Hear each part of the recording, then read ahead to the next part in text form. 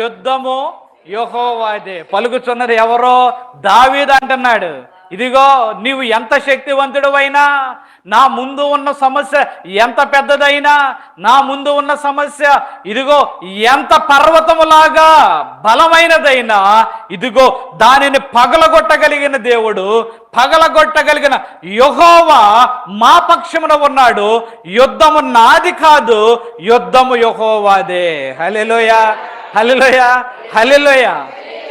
ఒక భక్తుడు ఒక చిన్న చమత్కారంగా మాట్లాడాడు ఇక్కడ. ఏమిటంటే, ఇదిగో దావీదు అట తెలివిగానట పోట్లాట ఎవరి మధ్య పెట్టేశాడంటేనట, ఇదిగో గొల్లియాతుకును దేవునికి మధ్య పోరాటం పెట్టేశాడట.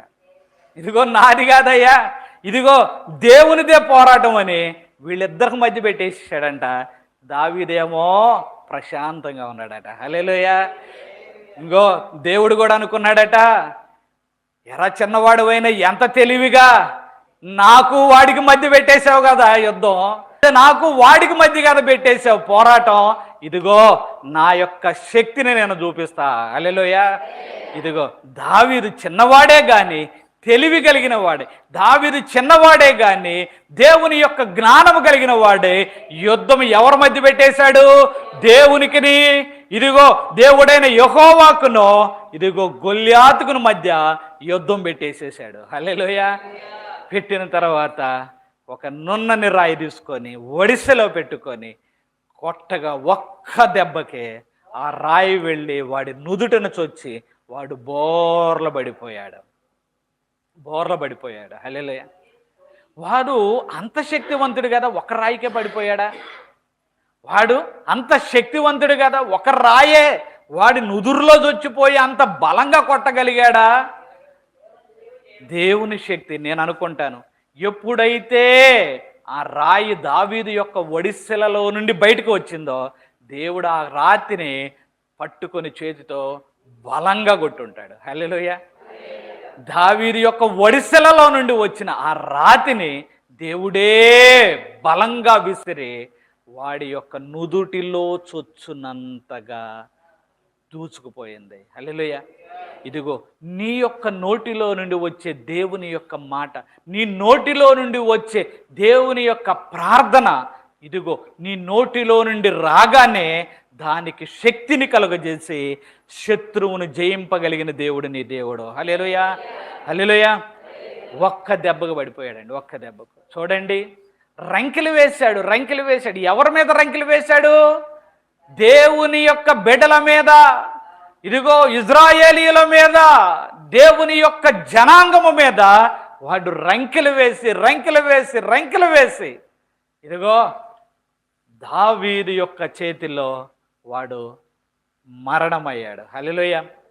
అంటే రంకెలు వేసి దేవుని మీద, దేవుని ప్రజల మీద రంకెలు వేసినప్పుడు దేవుడే ఇదిగో కలుగజేసుకొని ఆయనే యుద్ధమాడి యుద్ధము యెహోవాదే అని ఆయన నిరూపించాడు. హల్లెలూయా. కనుక నీ సమస్య ఏదైనా, నీ ఇబ్బంది ఏదైనా దేవుని మీద ఆనుకో, దేవుని మీద నీ మనస్సు పెట్టు. దేవుని మీద నీ యొక్క మనస్సును పెట్టినట్లయితే తప్పనిసరిగా దేవుడు నిన్ను ఆదరించగలిగిన వాడు, నిన్ను లేవనెత్తగలిగిన వాడు. హల్లెలూయా. ఇదిగో వాని యొక్క ఖడ్గము తీసుకొని వాని యొక్క తలను నరికి దావీదు తిరిగి వస్తూ ఉంటే ఇజ్రాయేలీల్లో ఉన్న స్త్రీలందరూ కూడా గీతము పాడుతూ ఉన్నారు. వారు నాట్యమాడుచు ఒక పాట పాడుతున్నారు. ఏమనంటే, సౌలు 1000 కొలదయో, దావీదు 10,000 కొలదయో శత్రువులను హతము చేసెననిరి. హల్లెలూయా. సౌలు 1000 కొలదైతే దావీదు 10,000 కొలది శత్రువులను హతము చేసి. ఒక మాట, ఈ యొక్క గొల్లియాతును చంపే వరకు దావీదు ఎవడో అసలు దేశంలో ఎవరికి తెలియదు. తెలుసా? ఎవరికి తెలియదు. రాజే. ఎవని కుమారుడయ్యా వీడు? ఈ చిన్నవాడు ఎవరు? ఎవని యొక్క కుమారుడు? వాని యొక్క తండ్రి ఎవరు? వాని కుటుంబం ఏమిటి అని రాజే అడిగితే పక్కవాడు కూడా అన్నాడు, అయ్యా నాకు తెలియదయ్యా నిజంగా ఎవరు అతను. అంటే నిన్నటి వరకు సమస్య రాకముందు, ఆ సమస్య మీద విజయము పొందకముందు దావీదు ఎవడో, దేశములో ఆ కుటుంబస్తులకు, ఆ వీధిలో ఉన్న వారికి, లేకపోతే ఆ గ్రామంలో ఉన్న ఒక 10 మందికి తప్ప ఈ దావీదు ఎవడో ఎవ్వరికీ తెలియదు. కానీ ఎప్పుడైతే సమస్యలో దేవుని మీద ఆనుకొని, సమస్యలో దేవుని మీద ఆనుకొని విజయమును సాధించాడో, ఇప్పుడు దేశమంతా చెప్పుకుంటుంది ఏమనంటే దావీదు 10,000 కొలది హతం చేశాడని. హల్లెలూయా, హల్లెలూయా.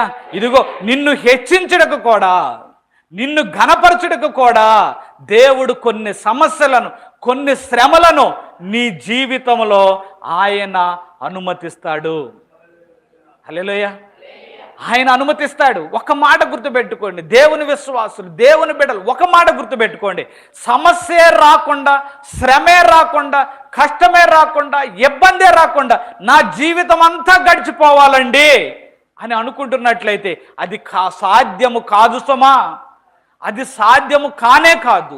ఇదిగో నీకు శ్రమ వస్తుంది, నీకు కష్టము వస్తుంది, కానీ ఆ శ్రమలో నీ విజయము ద్వారా నీ యొక్క కీర్తి, నీ యొక్క ఘనత, నిన్ను గూర్చిన విషయములు అనేక మందికి సాక్ష్యముగా ఉండబోతున్నాయి. హల్లెలూయా. కనుక నీ శ్రమను చూచి నువ్వు భయపడొద్దు. శ్రమలు లోకములో ఉన్నప్పుడు అనేకమైనవి రావచ్చు.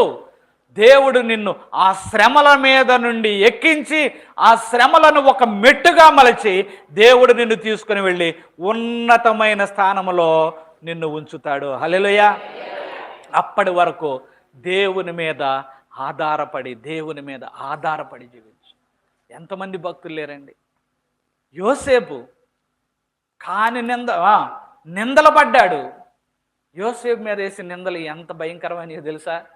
చదవడానికి మనకి ఏదో ఒక కథలాగా ఉండొచ్చేమో కానీ, వినడానికి ఏదో ఒక కథలాగా ఉండొచ్చేమో కానీ, లేనిపోని నిందలు, చేయని తప్పుల మీద వేశారు, చేయని నేరములు మోపారు, చేయని నిందలు మోపారు, తీసుకొని వెళ్ళి చెరసాలలో వేశారు.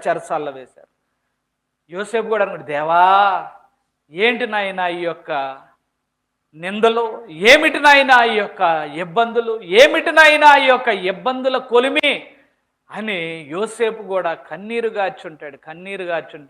దేవా నేను నమ్మకముగా నీలో జీవించినందుక ఈ నిందలు, దేవా నీలో నమ్మకముగా నీ సేవకునిగా కొనసాగుతున్నందుక ఈ నిందలు అని యోసేపు కూడా ఎంతగా కన్నీరు గార్చాడో కానీ ఒక్క దినములోనే దేశానికి ప్రధానమంత్రి చేశాడు. హల్లెలూయా. నీ శ్రమ నిన్ను కృంగతీయటానికి కాదు, నీ యొక్క ఇబ్బంది నిన్ను కృంగతీయటానికి కాదు, నీ యొక్క బాధ నిన్ను కృంగతీయటానికి కాదు. ఇదిగో నిన్ను ఉన్నతమైన స్థలములలో నిలపడానికే. హల్లెలూయా. నీకు మంచి సాక్ష్యమునిచ్చి 10 మంది ముందు నిన్ను ఘనమైన వానిగా నిలపడానికే. హల్లెలూయా. కనుక ఏ రంకెలు వేయుచున్న ఆ యొక్క ఫిలిస్తీని దావీదు అక్కడితో హతము చేసినప్పుడు అప్పటిదాకా ఎవడో తెలియదు దావీదు, ఇప్పుడు దేశంలో ప్రతి ఒక్కడికి తెలుసు. హల్లెలూయా. ఇప్పుడు అందరి యొక్క నోర్లు ఎవరి గురించి మాట్లాడుకుంటున్నాయి? దావీదు గురించి మాట్లాడుతుంటే అందరి నోర్లు ఎవరి గురించి మాట్లాడుకుంటున్నాయి? దావీదు గురించి. ఏదైనా ఒక వార్త దేశంలో కూడా కొన్ని సంచలనమైన వార్తలు వినబడుతున్నప్పుడు అందరూ ఇక అదే మాట్లాడుకుంటాం. అబ్బో ఇంత అట్లా జరిగిందంట, ఇలా జరిగిందంట. ఇప్పుడు దావీదు గురించి కూడా దేశంలో ఉన్న వాళ్ళు అందరూ కూడా ఇదిగో ఇలా జరిగిందట, సౌలు భయపడిపోయాడట, ఇజ్రాయేలీల యొక్క సైన్యమంతా భయపడిపోయిందట, కానీ దావీదు మాత్రము దేవుని యొక్క పక్షముగా దేవుని మీద ఆనుకొని వెళ్ళి విజయాన్ని సాధించాడట. హల్లెలూయా. ఎంతమంది బిడ్డలకు చెప్పుంటారు తల్లిదండ్రులు, ఒరే దావీదులాగా ఉండాలిరా, చూడు దావీదు ఎంత ధైర్యంగా వెళ్ళాడు, నువ్వు దావీదు వయసోడివే, నువ్వు కూడా చిన్నవాడివే, దావీదును చూసి నేర్చుకో, దావీదులాగా బ్రతుకు, దావీదులాగా జీవించు అని ఎంతమంది తల్లి తండ్రులు వాళ్ళ బిడ్డలకు నేర్పారో. దావీదులాగా ఉండరా. ఇప్పుడు అంతే కదా, బాగా చదివే బిడ్డలను చూసి మన బిడ్డలకు కూడా చదువుతావు, చూడరా ఎలా చదువుతున్నాడో, చూడరా ఎలా సాధించాడో, స్కూల్ ఫస్ట్ వచ్చాడట, లేకపోతే మండల ఫస్ట్ వచ్చాడట, రాష్ట్రానికి ఫస్ట్ వచ్చాడట, చూడర్రా అలా ఉండాలరా అని చెబుతాం కదా. ఆ రోజున ఎంతమంది తల్లిదండ్రులు దావీదుని ఉదాహరణగా తీసుకొని, దావీదును మాదిరిగా తీసుకొని తమ బిడ్డలకు కూడా దావీదులాగా ఉండాలిరా, దావీదులాగా ధైర్యంగా ఉండాలి, దావీదులాగా దేవుని మీద ఆనుకోవాలి, దావీదులాగా నీవు విజయాన్ని సాధించాలని ఎంతమందికి దావీదు మాదిరికరంగా ఉన్నాడో. హల్లెలూయా. ఒకవేళ శ్రమ రాలేదు, ఒకవేళ కష్టం రాలేదు, ఒకవేళ ఇబ్బంది రాలేదు, ఏ విధమైన నష్టం రాలేదు, దావీదుకి పోరాడే అవకాశము రాలేదు అంటే అతడికి అంత పేరు వచ్చేదా? వచ్చేది కాదు. కనుక మనకు శ్రమ వచ్చినప్పుడు కూడా అదే అనుకోండి, మనకు కష్టం వచ్చినప్పుడు కూడా అదే అనుకోండి. ఏమని అనుకోవాలి? ఈ శ్రమ రాకపోతే నా దేవుని శక్తి ఏ విధంగా నా ద్వారా నిరూపించబడుతుంది? దేవుని యొక్క శక్తి నా ద్వారా నిరూపించబడి నేను సాక్షిగా నిలబడగలను. వస్తేనే కదా ఇదిగో దేవుని యొక్క నామమునకు ఘనత కలిగేది, ఇదిగో నా యొక్క తల ఎత్తబడేది. హల్లెలూయా. కనుక ఏ శ్రమలో నుండి నువ్వు వెళుతున్నా దేవుని మీద ఆధారపడి ఉండు. అయితే రెండవ మాట, ఒక మాట చెప్పేసి కొద్ది నిమిషాల్లో, మరొక 5 నిమిషాల్లో నేను ముగిస్తాను. ఇప్పటి వరకు దేవుని మీద ఆధారపడిన దావీదును చూశాం. తన యొక్క శ్రమలో దేవునికి మొరపెట్టినప్పుడు దేవుడు అతనిని కాపాడాను అనే విషయాన్ని చూస్తాం. మరొక వ్యక్తిని కూడా చూపిస్తాను. ఆ వ్యక్తి శ్రమ వచ్చినప్పుడు దేవుని మీద కాకుండా మరొక వ్యక్తుల మీద అతడు ఆధారపడి ఇదిగో చివరకు ఓటమిని అతడు చవి చూసినట్లుగా మనము చూస్తాం. మొదటి సమూయేలు గ్రంథము 28వ అధ్యాయము 5వ వచనం. సౌలు ఫిలిష్తీయుల దండును చూచి మనసునందు భయకంపము నొంది యెహోవా యొద్ద విచారణ చేయగా యెహోవా స్వప్నము ద్వారానైనను ఊరీము ద్వారానైనను ప్రవక్తల ద్వారానైనను ఏమీ సెలవీయకుండెను. అప్పుడు సౌలు నా కొరకు మీరు కన్న పిశాచం గల ఒక స్త్రీని కనుగొనుడి, నేను పోయి దాని చేత విచారణ చేతునని తన సేవకులకు ఆజ్ఞ ఇయ్యగా వారు చిత్తము ఎందోరులో కన్న పిశాచం గల ఒకటి ఉన్నదని అతనితో చెప్పిరి. ఉన్నదని అతనితో చెప్పిరి. చాలండి. ఇదిగో సౌలు కనిపిస్తున్నాడు ఇక్కడ. ఈ సౌలు మీదకు ఫిలిష్తీయులు యుద్ధానికి వస్తూ ఉన్నారు. ఫిలిష్తీయులు యుద్ధానికి వస్తూ ఉన్నప్పుడు ఈ సౌలు భయకంపము నొందుతూ ఉన్నాడు, భయపడిపోతా ఉన్నాడు. భయపడిపోతున్న ఈ యొక్క సౌలు ఎవరి దగ్గరికి వెళ్ళాడంటే ప్రవక్తల దగ్గరికి వెళ్ళాడు. స్వప్నము కావాలి అని స్వప్నము ద్వారానైనా దేవుని యొక్క చిత్తాన్ని తెలుసుకోవాలనుకున్నాడు. ఊరిము ద్వారానైనాను ప్రవక్తల ద్వారానైనాను తెలుసుకోవాలి అనుకున్నాడు. ఇక్కడ ఒక చిన్న పాయింట్ ఏంటంటే, ప్రవక్తల దగ్గరికి వెళ్ళి తను ఆ యొక్క విచారణ చేసి ఈ యుద్ధంలో జయిస్తానా ఓడిపోతానా అని తెలుసుకోవాలి అనుకున్నాడు. కానీ సౌలు మిస్ అయింది ఏంటంటే, అనగా సౌలు తెలుసుకోలేకపోయింది ఏంటంటే, మొదటిగా తనను సరి చేసుకోవాలి. అది చేసుకోవాలా. రెండవది ఏమిటంటే తనకు తానుగా దేవుని యొద్ద మొరపెట్టాలి. దావీదు ఎన్నోసార్లు నేను ప్రార్థన చేసి తిని, నేను మొరపెట్టి తిని అంటాడు. మనం కూడా నేర్చుకోవాల్సిన పాయింట్ ఏంటంటే, మనం మొరపెట్టడం నేర్చుకోవాలి, మనము ప్రార్థన చేయడం నేర్చుకోవాలి, మనము దేవునిని అడగడం నేర్చుకోవాలి, మనము ఆ విధంగా భక్తి జీవితాన్ని కట్టుకొని భక్తిలో ముందుకు వెళ్ళాలి. కానీ ఈ రోజున క్రైస్తవ్యంలో ఉన్న ఒక పరిస్థితి లేకపోతే దౌర్బల్యం ఏమిటయ్యా అంటే, సేవకుడు ప్రార్థన చేయాలి, సేవకుడు నాకు ఏదైనా స్వప్నం చెప్పాలి, సేవకుడు ఏదైనా ప్రవచనం చెప్పాలి. ఈ యొక్క ఆలోచనలు, ఈ ధోరణులు ఎక్కువైపోయాయి. కానీ తను భక్తి చేయాలని కానీ, తను ఆనుకోవాలని కానీ, తను ప్రార్థన చేయాలని కానీ చాలామంది మర్చిపోతున్నారు. దినములో ప్రార్థన వారిలో కనిపించడం లేదు, వాక్య ధ్యానము వారికి కనిపించడం లేదు. ఎంతసేపు ఎక్కడ స్వస్థతలు కలుగుతాయా, ఎక్కడ ప్రవచనాలు ఉన్నాయా, ఎక్కడ ప్రవచనాలు చెబుతారా అని చెప్పి ఇదిగో పరుగులు ఎత్తుతా ఉన్నారు. నాకు తెలిసిన ఒక ఆమె కూడా ఇలాగే ప్రవచనాలు అని చెప్పి ఎవరి దగ్గరికి వెళితే, నీకెందుకమ్మా నువ్వు 80 సంవత్సరాలు బతుకుతావు అన్నారట. ఎన్ని సంవత్సరాలు? 80 సంవత్సరాలు. ఆహా, దేవుని యొక్క ప్రవచనం ఉంది కదా అని చెప్పి తన ఇష్టానుసారంగా జీవించడం మొదలుపెట్టి తిరుగుతూ ఉంది. ఆమెకు 80 ఏళ్ళు దాకా కాదు కదా, కనీసం 60 కూడా నిండక ముందే తన ప్రాణాన్ని కోల్పోయింది. అంటే ఇది భయంకరమైన ఉదాహరణ అయినప్పటికీ కూడా నిజమే. ఈ రోజున చాలామంది వాళ్ళు భక్తి నేర్చుకోవట్లా. వాళ్ళు ప్రవచనం చెప్పారు, నేను 80 సంవత్సరాలు బతుకుతానన్నాడు, ఈడు ప్రవచనం చెప్పాడు, ఇలా చెప్పారు, వీళ్ళు ప్రవచనం చెప్పారు, అలా చెప్పారు. ఈ యొక్క ప్రవచనాల మీదే కానీ, ఇదిగో ప్రవచనాల మీద కాదు కానీ ప్రభువు మీద ఆనుకోవాలి, నీవు భక్తి చేయాలి. ఇదిగో సౌలులో అదే కొరవడింది. సౌలు ఎక్కడ పెద్దగా ప్రార్థన చేసినట్టుగా కానీ, మొరపెట్టినట్టుగా కానీ కనిపించదు. ఇక్కడ కూడా ఏమైనా స్వప్నాలు వస్తాయేమో, ప్రవక్తలు చెబుతారేమో, ఊరిమి ద్వారా వస్తుందేమోనని కానీ ఈయన మోకాళ్ళేసి దేవుని సన్నిధానంలో విలపించి, ప్రభువా ఇదిగో నన్ను నేను సరి చేసుకుంటున్నా, నాలో ఏమైనా ఇదిగో లోపాలు ఉండవచ్చు, లోపాలు ఉన్నాయి, ఉంటే వాటిని సరి చేసుకుంటున్నా ప్రభువా, నాకు విజయాన్ని దయచేయి ప్రభువా అని సౌలు జీవితంలో మనకి ఎక్కడా కనిపించదు. వింటున్నవారు జాగ్రత్త. ఎదుటి వారి యొక్క భక్తి వలన నీవు లాభాన్ని తెచ్చుకోవాలి అనుకుంటే అది సాధ్యపడేది కానే కాదు. మరి దైవజనుడు ప్రార్థన చేయొద్దయ్యా? దైవజనుడు ఎప్పుడు నీ కోసం ప్రార్థన చేస్తూనే ఉంటాడు. కానీ దైవజనుని ప్రార్థన కూడా దేవుడు వినాలి అంటే ఇదిగో మొదట నీ యొద్ద నుండి కూడా దేవునికి స్వరము వినిపించాలి.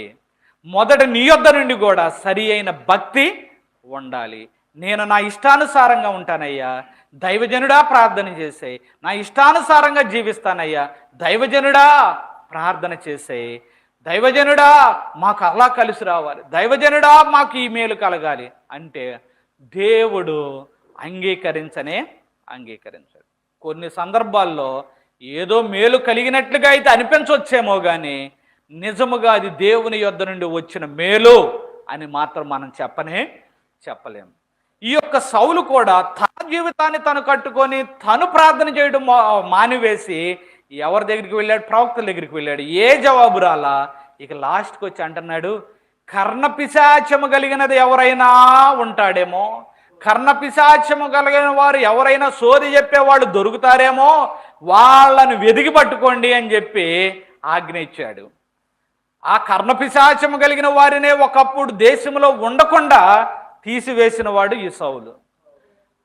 అలాంటి సౌలే ఇదిగో ఇది కాదు, ఇది కూడదు అని చెప్పిన సౌలే మరలా అదే పాపంలో పడుతున్నాడు. ఎందుకో తెలుసా?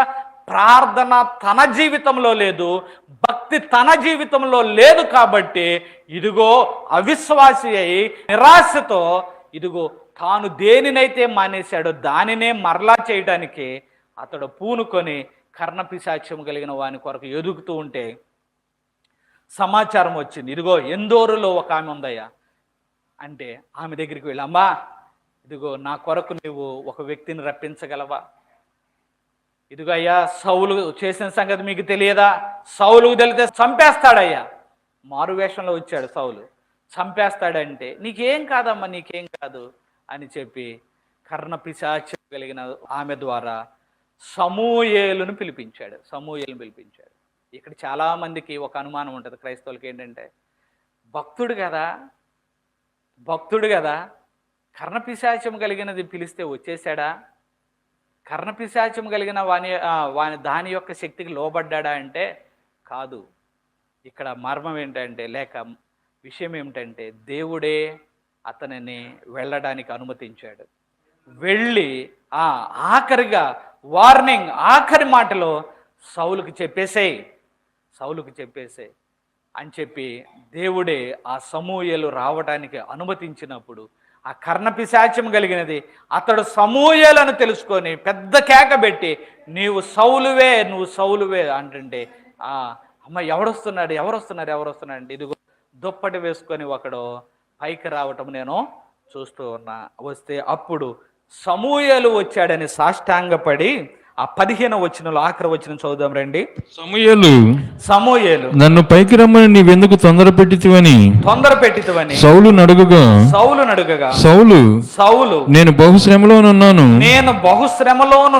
ఫిలిష్తీయులు నా మీదకి యుద్ధములకు రాగా దేవుడు నన్ను ఎడబాసి ప్రవక్తల ద్వారానైనను స్వప్నముల ద్వారానైనను నాకేమీ సెలవేయక ఉన్నాడు కాబట్టి నేను చేయవలసిన దానిని నాతో తెలియజేపుటకై నిన్ను పిలిచి చాలు. ఇక్కడ చూసారా, నేను ప్రార్థన చేశాను, నేను మొరపెట్టాను అంటలా. నేను శ్రమలో ఉన్నాను, ప్రవక్తల ద్వారానైనను ఊరిము ద్వారానైనను నాకు స్వప్నము ద్వారానైనను నాకు జవాబు రాలేదు, కాబట్టి నువ్వు చెబుతావేమోనని చెప్పి ఇదిగో ఆ పాతాళము నుండి నేను నిన్ను పిలిపించానయ్యా. దావీదేమన్నాడు ఇందాక 18వ అధ్యాయము 6వ వచనంలో ఏమన్నాడు కీర్తనలో? నేను ప్రార్థన చేసి తిని, నేను నా శ్రమలో ఉన్నప్పుడు నేను మొరపెట్టి తిని, నేను ప్రార్థన చేసి తిని, యెహోవా ఆయన తన ఆలయంలో దానిని ఆలకించి అంగీకరించెను అంటాడు. హల్లెలూయా. వీళ్ళిద్దరు మాటలు తేడా చూడండి. ఈయన అంటున్నాడు నేను శ్రమలో ఉన్నాను నాయన, సౌలు అంటున్నాడు నేను శ్రమలో ఉన్నాను నాయన, నాకు ఏ విధమైన ఓదార్పు కానీ ఏ విధమైన జవాబు కానీ రావట్లా. ఎందుకు రావట్లేదు? ఇదిగో దేవుని ప్రార్థన చేయట్లేదు, దేవుని మీద ఆధారపట్ల. కానీ దావీదు అంటున్నాడు నేను నా శ్రమలో ఉన్నప్పుడు నేను యెహోవాకు మొరపెట్టి తిని ఆయన తన ఆలయములో నా ప్రార్థనను ఆలకించి అంగీకరించెను. హల్లెలూయా.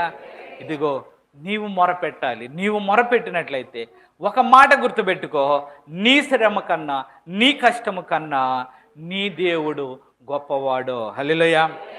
ఇదిగో గొల్యాతు రంకెలు వేశాడు, కానీ రంకెలు వేసిన గొల్యాతును తొదముట్టించాడు దేవుడు. హల్లెలూయా. రబ్షాకి అనేవాడు కూడా హిజ్కియా మీదకి అలాగే వచ్చాడు. రబ్షాకి అనేవాడు కూడా అలాగే వచ్చాడు. ఇష్టం వచ్చినట్లు మాట్లాడాడు. రంకెలు వేశాడు.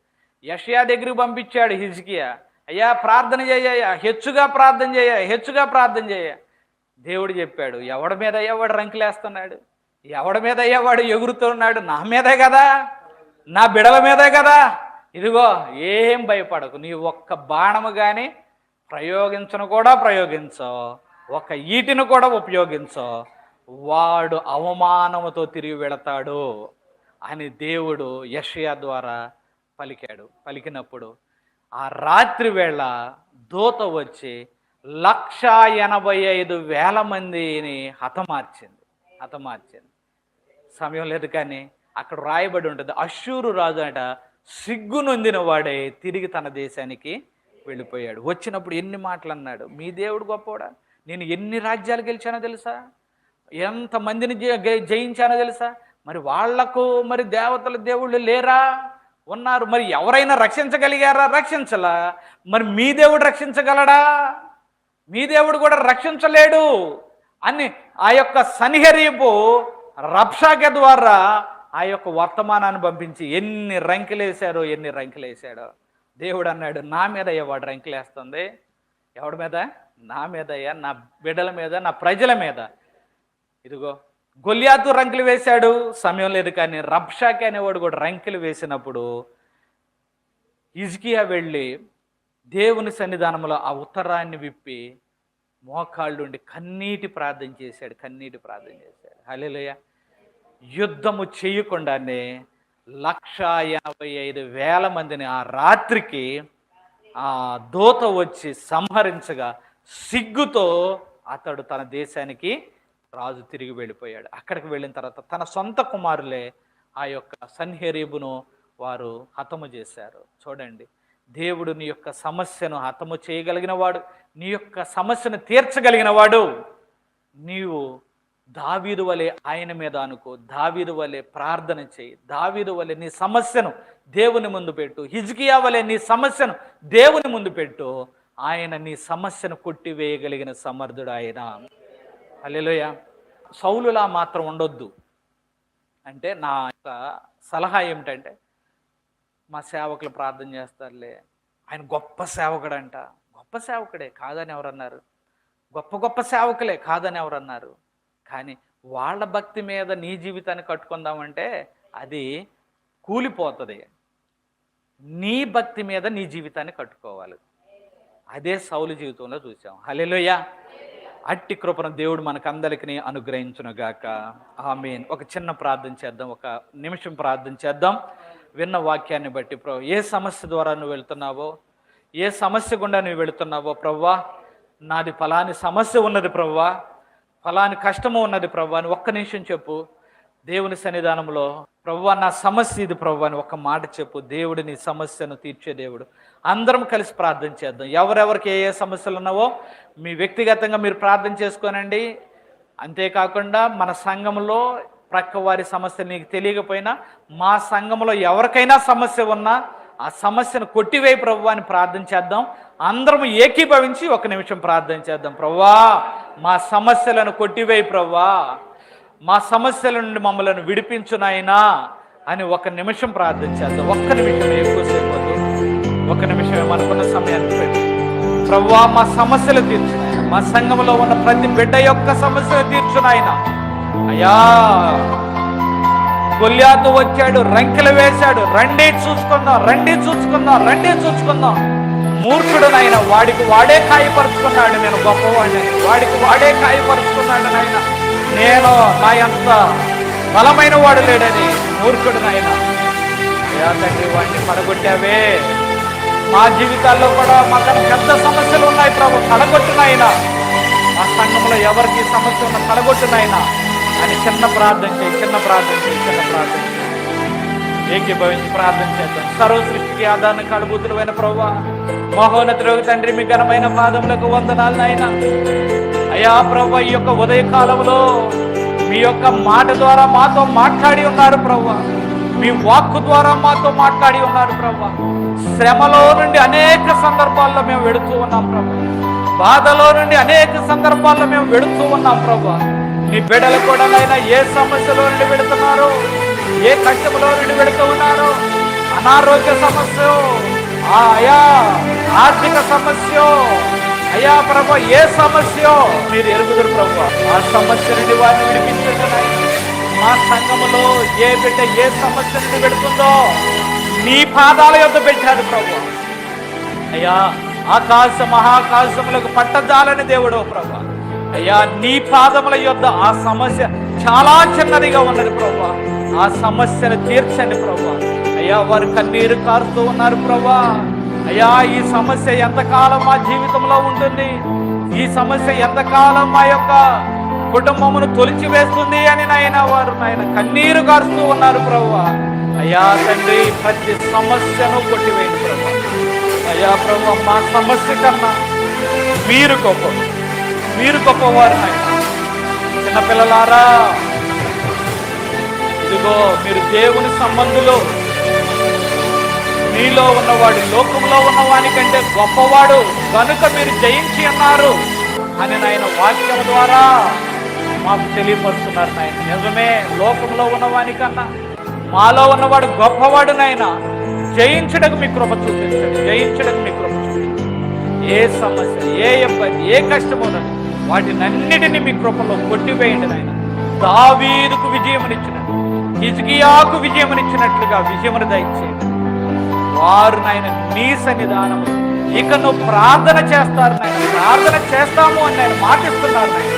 వారి ప్రార్థన ఆలకించి అయ్యా తండ్రి, ఇబ్బంది నుండి సమస్య నుండి విడిపించమని మనం పెడుతున్నాం. సౌలులాగా మేము ఎవ్వరము ఉండడానికి వీలు లేదు నాయన. తన ప్రార్థన చేయడే సమస్య నుండి పెడుతున్నాం, తన ప్రార్థన చేయడే కష్టం నుంచి పెడుతున్నాం.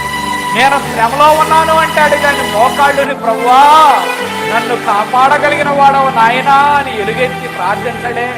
అయ్యా తండ్రి, అలాంటి జీవితంలో అలాంటి యొక్క పరిస్థితులు మా జీవితంలో రానియొద్దు ప్రభువా. దావీదులాగా మేము ఉండడానికి సహాయం దయచేయండి అయ్యా. సమస్యలలో విజయమును పొందుకునే మీ కృప చూపించమని, ఈ చిన్న ప్రార్థన ఆలకించమని, ఇంటి ప్రార్థన చేసిన ప్రతి బిడ్డను జ్ఞాపకం చేస్తాను. ప్రతి సమస్యను కొట్టివేయమని, వారిని బహుగా దీవించి వారిని వారి బిడ్డలను ఆశీర్వదించమని చిన్న ప్రార్థన ఆలకించమని ప్రభువైన యేసుక్రీస్తు నామములో వేడుకొనుచున్నాము తండ్రి. ఆమేన్.